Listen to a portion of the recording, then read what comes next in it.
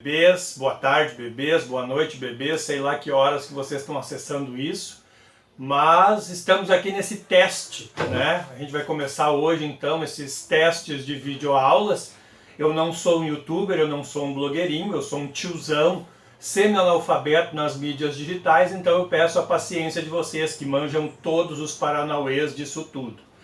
Gente, a aula de hoje que eu queria passar para vocês faz parte de um combo da última semana, né, da sexta-feira que a gente não teve aula, com os dois períodos que nós teríamos então nessa semana.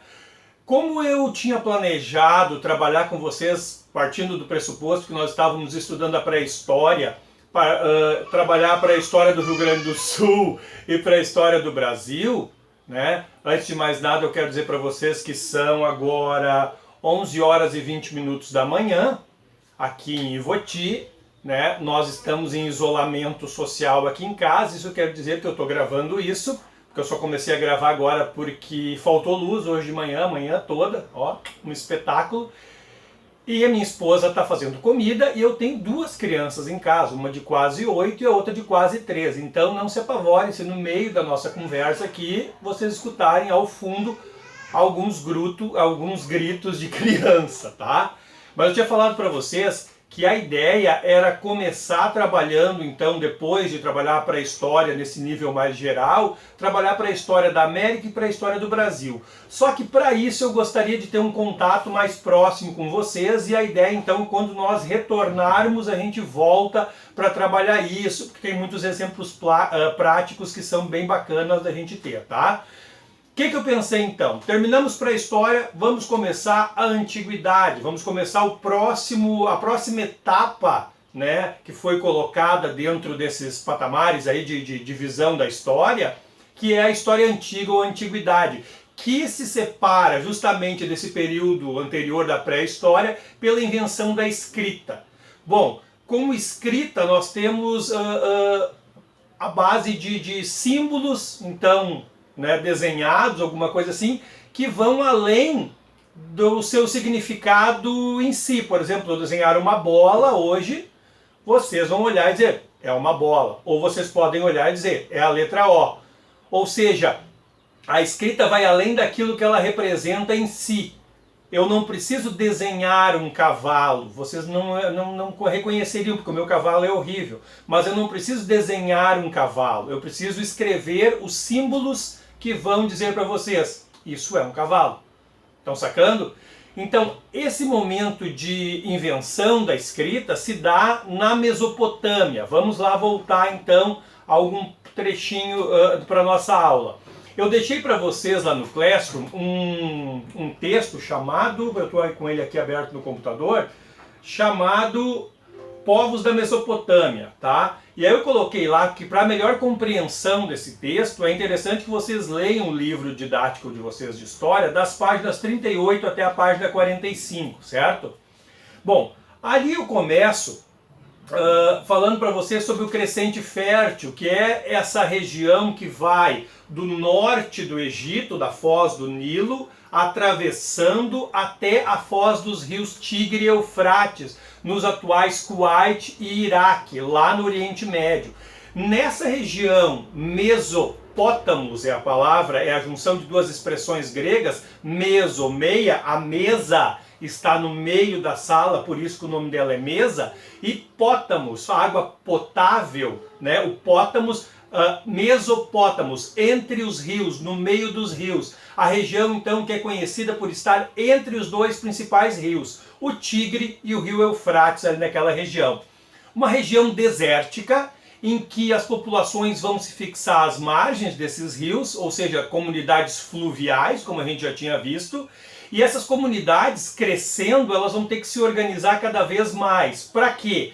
Para conseguir, por exemplo, organizar as frentes de trabalho na agricultura, quem planta, quem colhe, quem controla a cheia e a vazante desses rios, para conseguir, por exemplo, coordenar as obras públicas, como é que tu vai organizar 400 trabalhadores para abrir um canal, tá, que vai desviar o curso desse rio. Galera, eu estou falando de desviar cursos de rio com pás e enxadas, muitas vezes pás e enxadas de cobre, de bronze ou mesmo de pedra. É tudo no muque. Nós não estamos falando de nenhuma retroescavadeira trabalhando ali. Então tu tem que ter uma organização social muito mais complexa do que era aquela da aldeia, que as pessoas plantavam, as pessoas colhiam, tinha algum ceramista, algum que fazia cestos.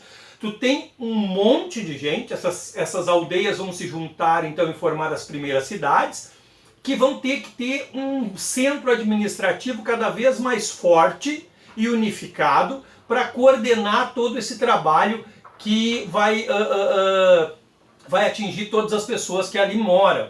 Então, dentro desse princípio de que tu precisa ter uma organização, uma divisão do trabalho, uma organização social, tu vai começar a ter hierarquias. O que é hierarquia? O de cima manda no de baixo, que manda no outro, que manda no outro, ou seja, cadeias de comando.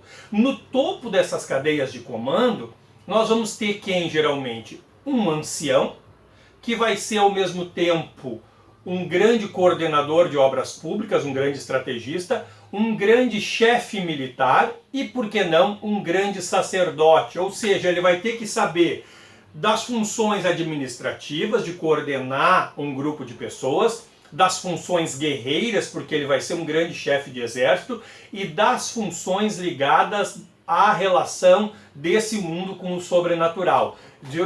Normalmente o poder político vai se fundir com o poder religioso, tá? Essas cidades que vão ser autossuficientes, elas vão ter geralmente o seu próprio exército, uma língua, um dialeto muito próprio e um governo próprio. Elas vão ser sociedades autossuficientes. E a essas primeiras cidades se dá o nome de cidade-estado. Por quê? Porque ela é um reino em si só. Ela, por exemplo, Novo Hamburgo, ao invés de fazer parte do Rio Grande do Sul, Novo Hamburgo vai ser uma cidade-estado. Ivoti vai se juntar com Lindolfo Collor e vai ser outra. Não vão ser as duas cidades que fazem parte do Vale dos Sinos, que faz parte do Rio Grande do Sul, que faz parte do país. Não. Cada cidade dessas é um reino, é um estado independente por sua própria conta e risco. Tá? No sul da Mesopotâmia, na foz desses rios, onde é que nós vamos ter as primeiras cidades, com nomes bacanas, né? Como Ur, Uruk, né? Eliam, deixa eu pegar aqui o nome daqui, as outras, né? Mas esse fenômeno de criação de cidades-estados em beiras de rio, nas margens de rios, não é um fenômeno exclusivo da Mesopotâmia. As comunidades fluviais vão estar aparecendo ao mesmo tempo na China, às margens dos rios Azul e Amarelo, na Índia, às margens do rio Ganges, do rio Indo, e principalmente no Egito, no norte do Egito e no sul do Egito, às margens do Nilo. Uma questão interessante é que, por exemplo, tanto no Egito quanto na Mesopotâmia, tu tem a civilização centrada às margens desses rios. Por quê? Porque ao redor daquilo ali é só deserto, tá? É só areia, é só calor de 50 graus à sombra. Certo, gente? Então, onde a gente vai ter a primeira formação de um estado, através dessas cidades-estado, é lá no sul da Mesopotâmia, com essas cidades que a gente vai ver lá, que principalmente, então, Uruk, Ur, Eliam, ali vão formar a civilização suméria. A civilização suméria é a primeira civilização organizada de forma estatal que se tem notícia, é a mais antiga. Entre as várias descobertas, várias tecnologias que os sumérios vão descobrir e vão desenvolver, está a escrita.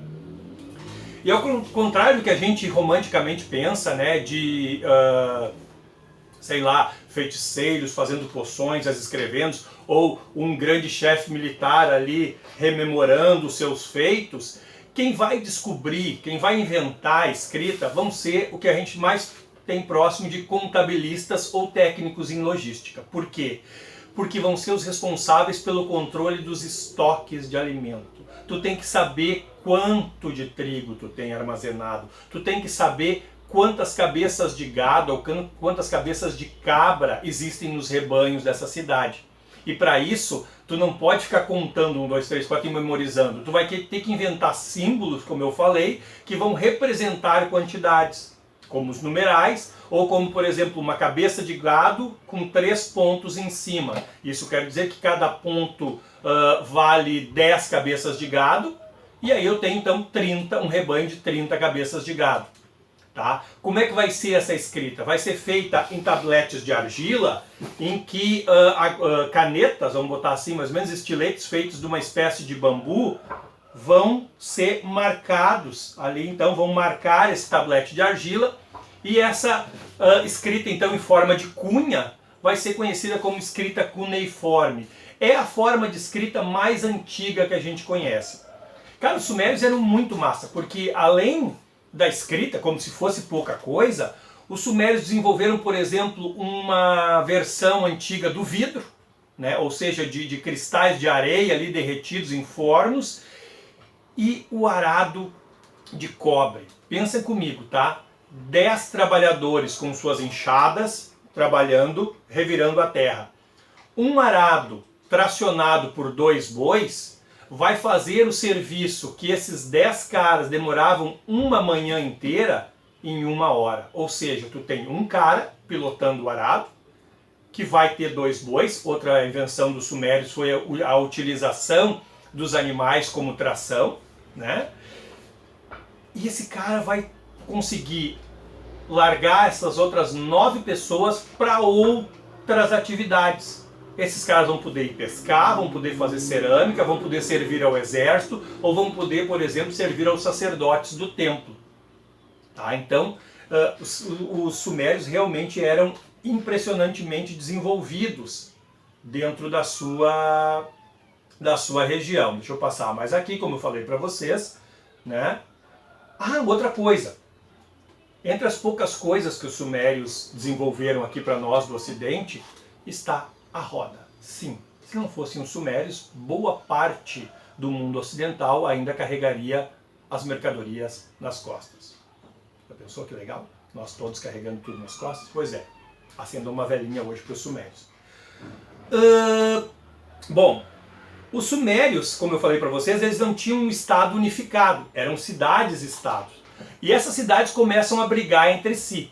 Brigando entre si, enfraquecem o poder dos seus reis, e do norte descem, da cidade de Acade, umas tribos que haviam ali se estabelecido, ou seja, se sedentarizado nessa região de Acade, lembrando a transição de nômades para sedentários, e por volta de 2350 a.C., os acadianos, então parece um nome de extraterrestre, os acadianos, através do seu principal rei, o Sargão I, vão dominar todo o sul da Mesopotâmia e vão formar então o primeiro reino mesopotâmico, o primeiro império mesopotâmico. Eles vão estender o seu território até o norte. Então por que vai se qualificar como um império? Porque ao invés de nós termos cidades-estado, pequenos reinos individuais, nós vamos ter uma vasta área com diversos povos e culturas diferentes, governados por um único governante. Governados por um governante é ótimo, né, professor?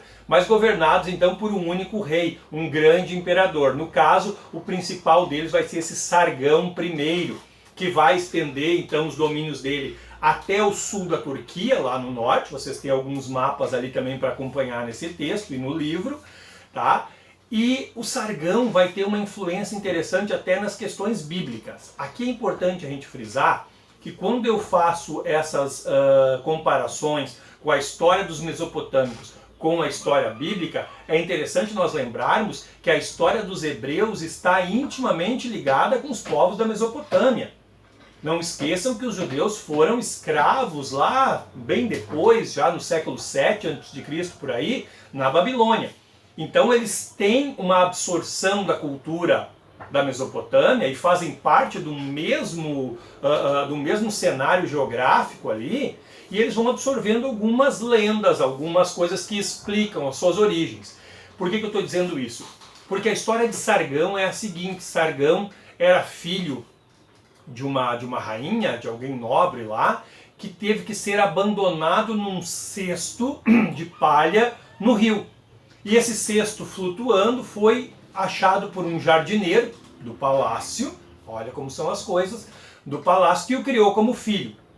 E a deusa Ishtar, uma das várias deusas do panteão mesopotâmio, eles são incrivelmente politeístas e vários deuses para várias funções. A deusa Ishtar tomou o Sargão como seu protegido e lhe deu todas as ferramentas, os poderes necessários para se tornar rei. Não é nada diferente do que a história de Moisés. Não é nada diferente. Se há uma influência, uma troca de conhecimentos, de culturas, de mitologia aqui, com certeza existe, tá? Com certeza existe, tá bom? Bom, o Sargão, ele vai manter a sua dinastia ali, ou seja, os seus filhos vão ser os reis por 1,5 século. Até que também, né, por conta de enfraquecimento, de disputas internas e tal, uma tribo que vem lá do deserto da Arábia, os Amoritas, né,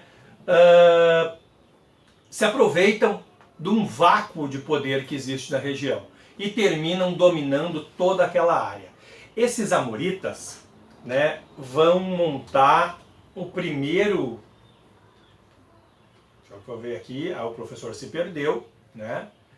Ou seja, então dá esse vácuo de poder no século XIX a.C., lá por torno de 1800 e alguma coisa a.C., e os Amoritas entram ali e formam o primeiro império babilônico.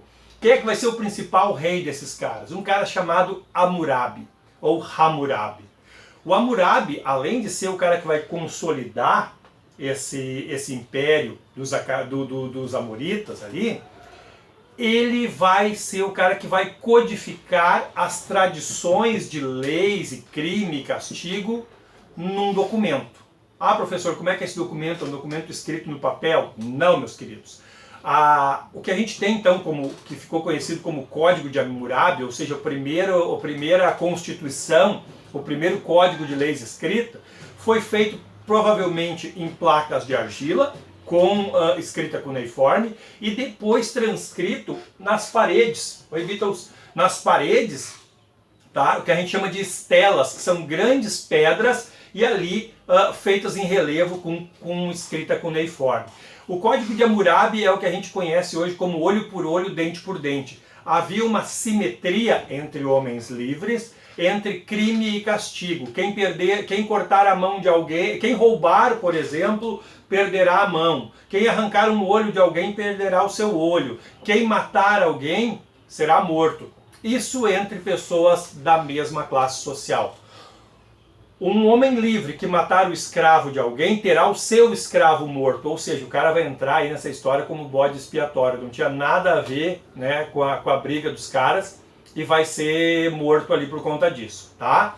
Então o Império Babilônico vai ter 2 séculos de vida, né, por 200 anos ele vai dominar essa região. Percebam que mesmo em padrões históricos são impérios curtos, 300 anos, 200 anos, né, em que vão se desenvolver algumas culturas muito semelhantes. Nós não estamos falando de povos completamente diferentes, nós estamos falando de povos que têm a cultura semelhante, muitas vezes um panteão de deuses muito similar, em que um povo chega e tu tem um deus dominante, aquele deus, a partir da chegada desses novos reis, desse povo dominante, ele vai enfraquecendo o seu poder dentro da cultura, dentro da religião, por sobre outro deus que era o principal desses outros povos que estão chegando. Bom, do norte, sempre do norte, lá do sul da Turquia, da península da Anatólia, que é aquela península onde é que está hoje a Turquia, vão descer um povo extremamente guerreiro, os hititas.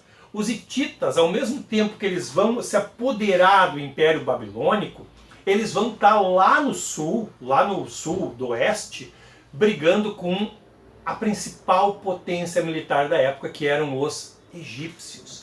Os hititas vão ser o povo que vai trazer para a região mesopotâmica, trazer para o Oriente Médio, por exemplo, a cultura da metalurgia do ferro.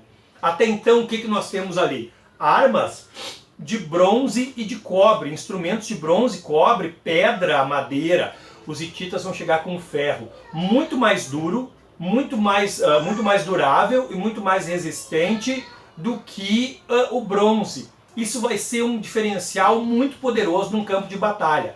Outra coisa, os egípcios, os babilônicos, haviam desenvolvido carros de guerra. Os hititas vão chegar com carros de guerra, tipo biga, aquele carro que a frente é fechada em semicírculo, tu tem uma ou duas juntas de cavalo, e aí aqui vai o piloto, e atrás dele vai um arqueiro, isso é a forma egípcia normalmente de se guerrear com carros de batalha, um piloto e um arqueiro, né, atirando projéteis, mas os hititas também vão trazer aqui atrás junto um soldado, um lanceiro, com espada e com lança, que no meio da batalha ele pode estar dando golpes de espada ou atirando lanças, ou até mesmo pular do carro e ir para a luta no chão como um infante, como outro qualquer, tá?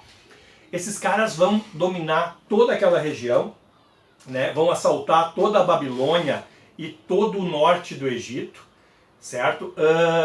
Na batalha de Kadesh, né? Já onde hoje mais ou menos é o Líbano, os exércitos hititas, os exércitos egípcios vão se enfrentar com cerca de 10.000 homens de cada lado. É uma das maiores batalhas da antiguidade. E foi uma coisa tão carnicenta, tão violenta, que tanto os escritos egípcios quanto os escritos hititas, que vão ser achados agora no começo do século XX, lá na Turquia, e no final do século XIX, mais ou menos, vão ter o seguinte discurso: nós ganhamos a batalha.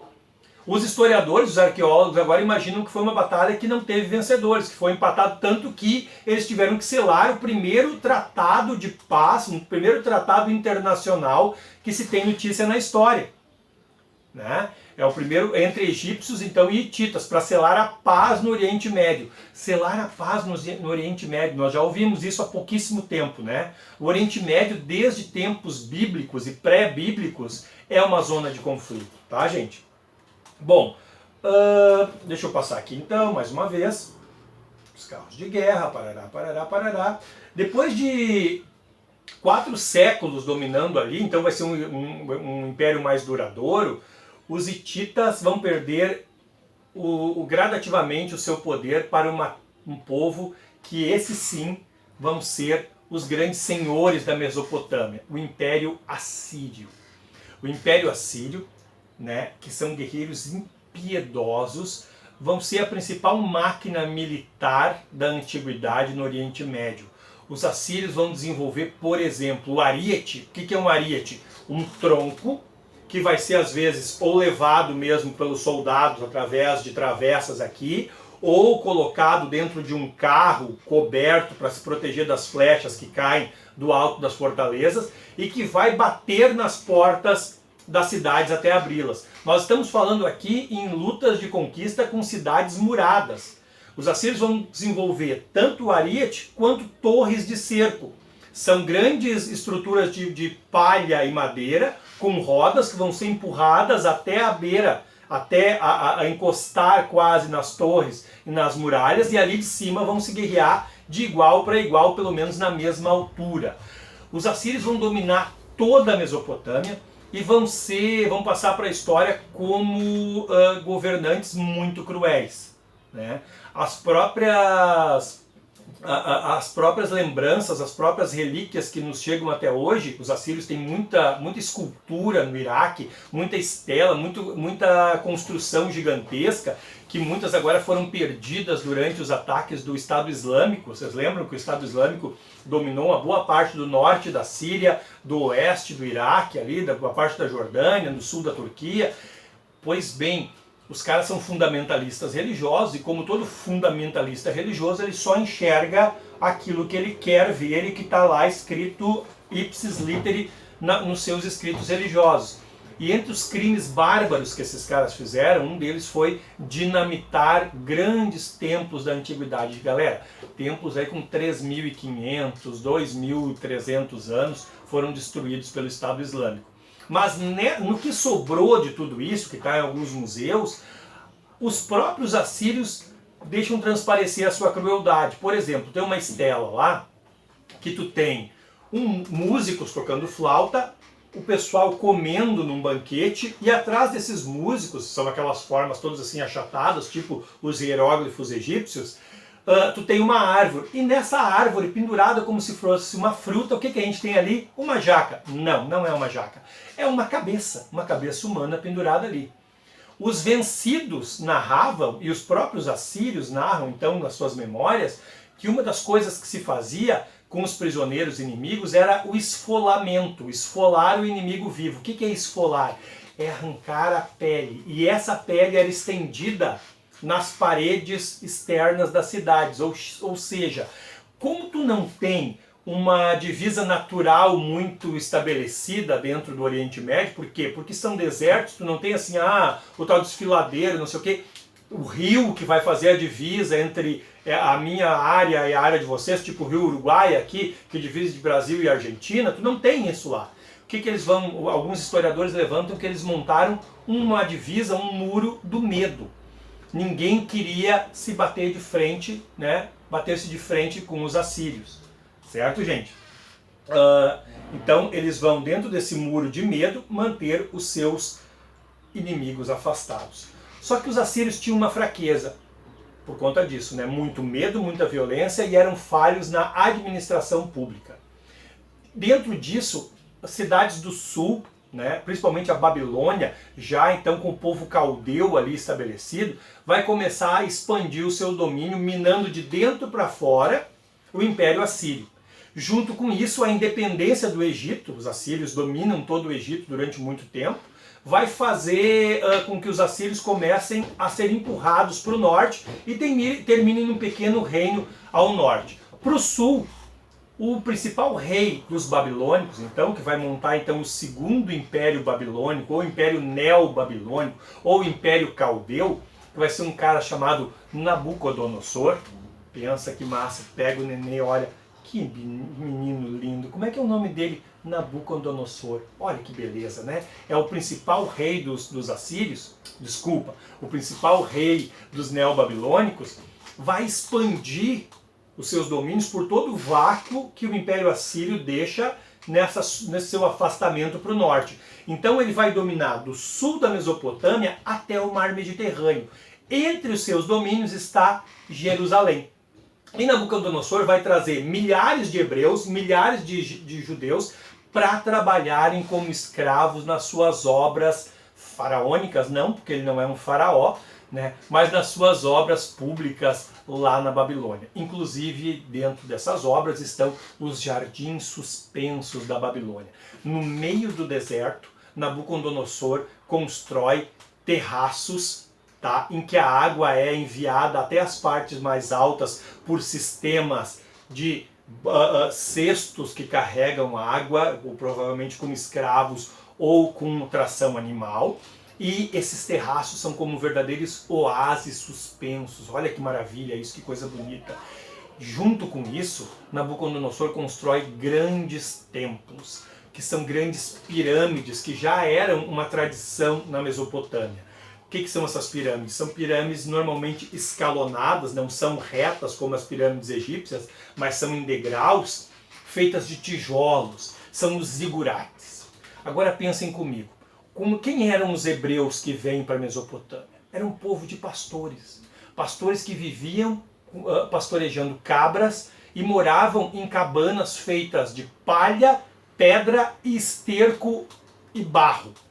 Tá? Um povo extremamente simples. E aí eles chegam na Babilônia e olham aqueles zigurates. E chegam lá, os babilônicos estão trazendo escravos do norte, escravos do oeste, nas terras que eles estão tomando mais para o norte do Iraque, estão trazendo escravos do norte do Egito, estão trazendo escravos do sul da Turquia. Todo mundo fala línguas diferentes e está se construindo, trabalho escravo, grandes templos. Uma torre que se eleva até o céu e que, por obra de Deus, ela é destruída e os povos começam a falar línguas diferentes. A Torre de Babel. A Torre de Babel provavelmente é uma alegoria judaica da construção de um zigurate por escravos de vários territórios que falam línguas diferentes. Tá? Nós temos muitas citações bíblicas de reis e situações, então, que os judeus viveram durante o seu cativeiro na Babilônia. Vamos lá, vamos... Ah, outra coisa que é fantástica, um detalhe que já ia me esquecendo aqui das relações entre judeus, Torá, que é o livro, né, sagrado dos judeus, que vai ser o nosso Antigo Testamento cristão, e os babilônicos, os mesopotâmicos. A história do dilúvio.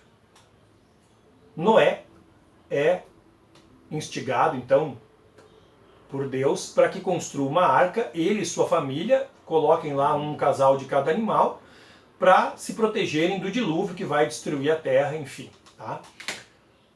Nós temos na Mesopotâmia o Épico de Gilgamesh. O Épico de Gilgamesh é uma compilação de poemas e histórias antigas que foram juntadas num só documento, provavelmente em tabletes de barro ou estelas de pedra, pelo imperador, aquele que eu falei para vocês, o Sargão I. E entre essas histórias está a história de um cara chamado Utnapishtim. Utnapishtim é um nome bonito também para botar numa criança. Quando vocês forem maiores, tiverem seus filhos, lembre-se de Utnapishtim. Utnapishtim foi eleito pelo deus Enki, depois chamado de Ea, um deus babilônico lá, um deus mesopotâmico da antiguidade, de ser o homem que preservaria a semente do ser humano na terra. Enki manda que ele construa um barco e dá as dimensões, a madeira que devia ser usada, dá um tutorial, né? Enki manda lá um vídeo do YouTube para o nosso querido Utnapishtim e diz para ele que ele precisa construir um barco e colocar dentro desse barco a sua família, os artesãos da sua vila, ou seja, a cultura material, os saberes, os fazeres do seu povo, os animais e cereais. E aí os deuses mandam o dilúvio, que é para destruir a terra. Né? E Utnapishtim fica vagando por 7 dias e 7 noites, não foram 40, né? Até que ele manda uma pombinha e a pombinha volta com um ramo. Gente, é igual a história do dilúvio. É igual, é a mesma história. Só que culturas diferentes, com interpretações diferentes, que tentam explicar o que? A sua origem mitológica. O que é uma origem mitológica? É uma origem que é uma origem que é anterior àquilo que nós temos registros históricos. Aquilo então que é passado de história oral. Minhas crianças correm pela casa, não sei se vocês conseguem escutar isso. Tá? Bueno, dentro disso então, né, como a gente gosta de dizer, esses reinos todos da Mesopotâmia terminam sendo extintos quando uma outra potência que vem do oeste, que é o Império Aquemênida. O que é o Império Aquemênida? São os persas, os caras da Pérsia, do território que hoje é o Irã, que vêm comandados por Ciro o Grande e dominam a Babilônia e dominam tudo até o Mar Mediterrâneo e vão estender os seus domínios até a Anatólia, né, até o que hoje é a Turquia, e aí também lá durante esse período terminam atravessando o estreito que divide a Europa da Ásia ali na Anatólia, na Turquia, e atacando os gregos, e aí vocês vão olhar o filme 300 lá mais adiante e vão ver os espartanos contra os Xerxes. Então é disso que a gente está falando, tá? Para hoje é só. Eu peço desculpas pela tosquice desse vídeo, mas é isso. Como eu disse para vocês, nós estamos em quarentena e eu não tenho nem os instrumentos digitais para isso. E tanto que eu vou agora levantar e vou até aí desligar. Beijo do Sor, fiquem em casa, saudade de vocês.